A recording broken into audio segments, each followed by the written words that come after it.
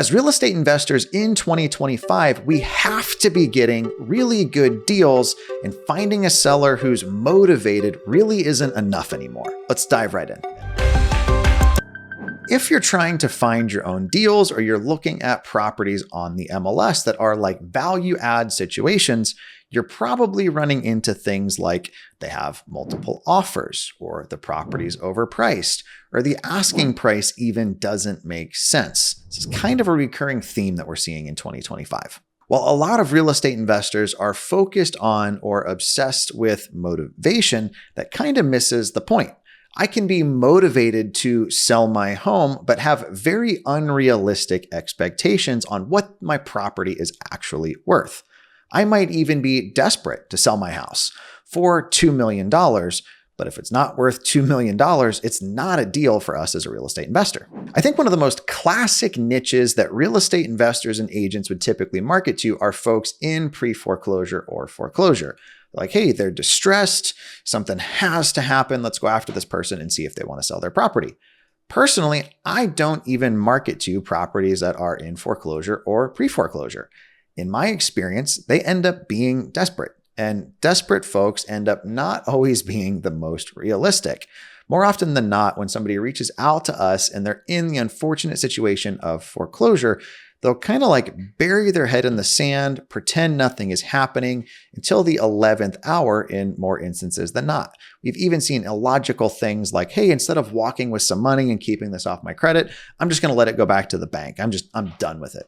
Doesn't make sense. It's not logical, but it happens all the time. So if I'm not chasing like motivated or desperate sellers, what is it that I'm actually looking for in 2025? And that's folks that are realistic. A realistic seller is somebody that understands that their property's not perfect. They understand that because it's not perfect, it's probably not going to sell at a premium, and they're either going to need to fix some things up if they want to sell for a premium, or they're going to have to accept a lower sales price if they don't want to do the work. The majority of the sellers that I deal with are actually affluent individuals looking to trade their equity for an easy transaction. Some of our most frequent flyers are like chiropractors, doctors, dentists, and attorneys.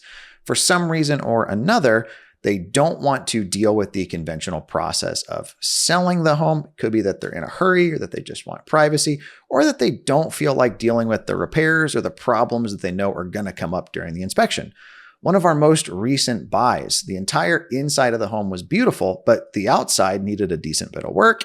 They didn't want to have to deal with painting, siding, kind of the necessary stuff to make it look pretty. They'd rather just wash their hands of it and be on to their next home. I'm hosting a free workshop on May at 2 p.m. EST that you're invited to if you're looking to build a business around consistently finding realistic sellers. I would love to see you there. So if we're not looking for necessarily like motivated, distressed sellers, but we're looking for folks that are realistic, what are some actual lists or filtering criteria that we can use in 2025? From my experience, it's things like a vacant property that's owned by somebody out of state. If I live in one state and I have a different property, back home or in a market I used to live in that's empty, it's not making me any money, it's costing me money. And in my experience, vacant properties fall apart pretty quick. I might be interested in selling that property at a realistic price. We could look at things like expired listings. This works great if you're an agent or an investor.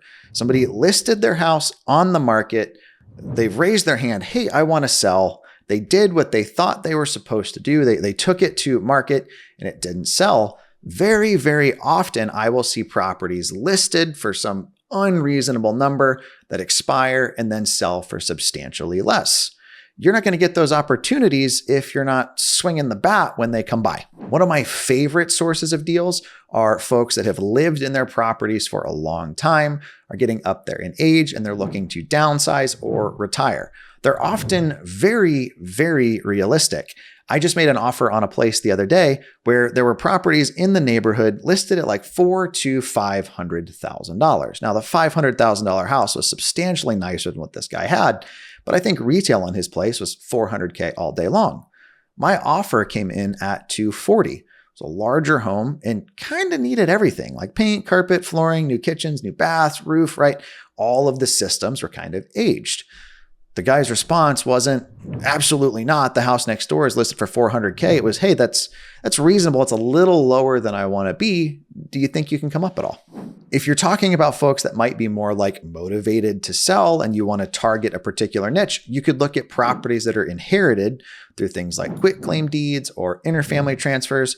Oftentimes when somebody gets left a house, they already have a house or they can't afford two, or there's multiple heirs and they don't want to keep running this as a rental property. They'd like to liquidate it into an actual inheritance. It's a very viable list to go after. Spoiler alert, I would never do the sorry for your loss, hope all's well, God bless. We've had family members get those and they kind of suck. They just kind of upset everybody who gets them. A potential secret niche that I've never talked about that I think is really worth considering. If you live in a military town, look at folks that have recently bought with VA loans that aren't retirees. Your typical military family moves every 2 to 3, maybe 4 years. If you've got somebody that's been in a house for a couple years in a market that's appreciated a lot, if they haven't updated or fixed anything, they might be willing to sell it for about what they bought it for, or even potentially less, which means you could get a great deal. Pro tip, if you are military or prior military and you're VA loan eligible, VA loans typically are assumable. So you might be able to get the great low rate they locked in years ago. Just throwing it out there. Another list you could look at are folks that have adjustable rate mortgages or balloons coming due. This is a hard deadline of pay the property off or your rate goes sky high. Now, if somebody's financial situation changed, maybe job loss or something, they might not be able to refinance that property and might be in a position that they're realistic of what they'd like to sell it for. I recently tested some cold calling and we got one deal out of 48 leads. My average is one deal out of 11 or 14 leads. In 2025, I don't know that we need more leads, but better ones. If you have any questions about how to pull any of these, I've shot tons and tons of tutorials on this stuff.